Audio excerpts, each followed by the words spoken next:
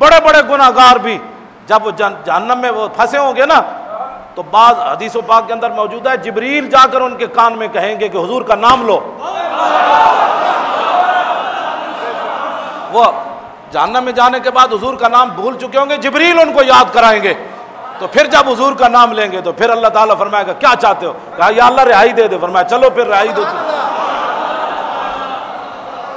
تو حضرت ربیہ جب حضور نے فرمایا سل، تو انہوں نے کیا مانگا؟ اسألک مرافقتک فی الجنہ، حضور جنت میں آپ کی غلامی چاہیے.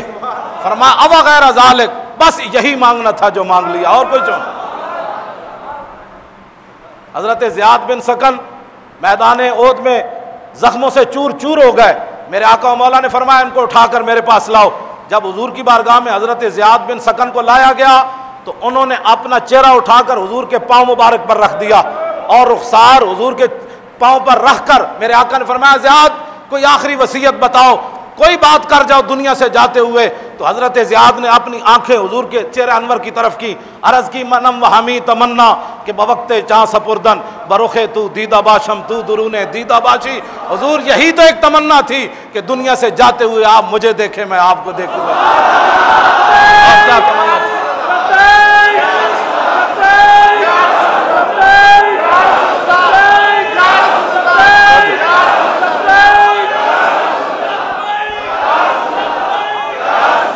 یہی تمنا، اور ان کی روح پرواز کر گئی. وخدوا علی قدم رسول اللہ حتی ماتا، آپ کا رخسار حضور کے پاؤں مبارک پر تھا، اسی دوران آپ کی روح پرواز کر گئی. وہ تو گو جو تھی گو لمبی، اس کو ایک شکاری شکار کر کے لایا اور رسول اللہ کے سامنے پھینک دی. عرض کی کہ آپ آسمان اور جنت اور دوزخ کی باتیں کرتے ہیں، وہ تو ہم نے دیکھے نہیں، یہ گو گواہی دے کہ آپ اللہ کے رسول ہیں تو میں آپ کا کلمہ پڑھ لوں گا. دیہاتی ایک شکار کر کے لایا تو میرے آقا نے فرمایا یا دبو من تعبدو، فرمایا گو کس کی عبادت کرتی ہے؟ قال الذی یرشو فی السماء وفی الارض سلطانہ وفی البحر سبیلہ وفی الجنت رحمتہ وفی النار عقابہ. گو کو پتا تھا کہ جنت اس کی رحمت کا مظہر ہے اور جہنم اس کے غضب کا مظہر ہے. وہ جنگل کی گو جو ہے اس کو بھی پتا تھا کہ جنت کیا ہے اور دوزخ کیا ہے. تجھے نہیں پتا جنت کس کو کہتے ہیں اور دوزخ کس کو کہتے ہیں. گو کہنے لگی جنت اس کی رحمت کا مظہر، جہنم اس کے غضب کا مظہر. سمندروں میں اس نے اپنی مخلوق کے راستے بنائے، زمین و آسمان کا وہ خالق اور مالک ہے.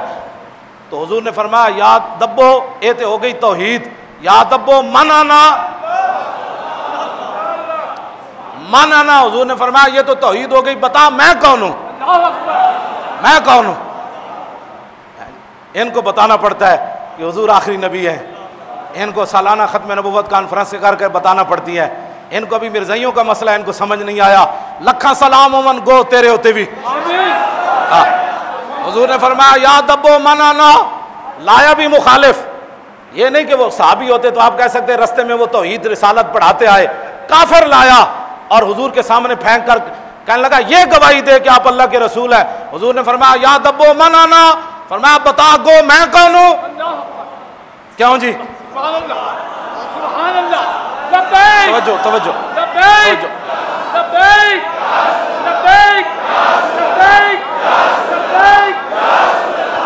تو گو کیا کہنے لگی؟ انت رسول رب العالمین و خاتم النبی.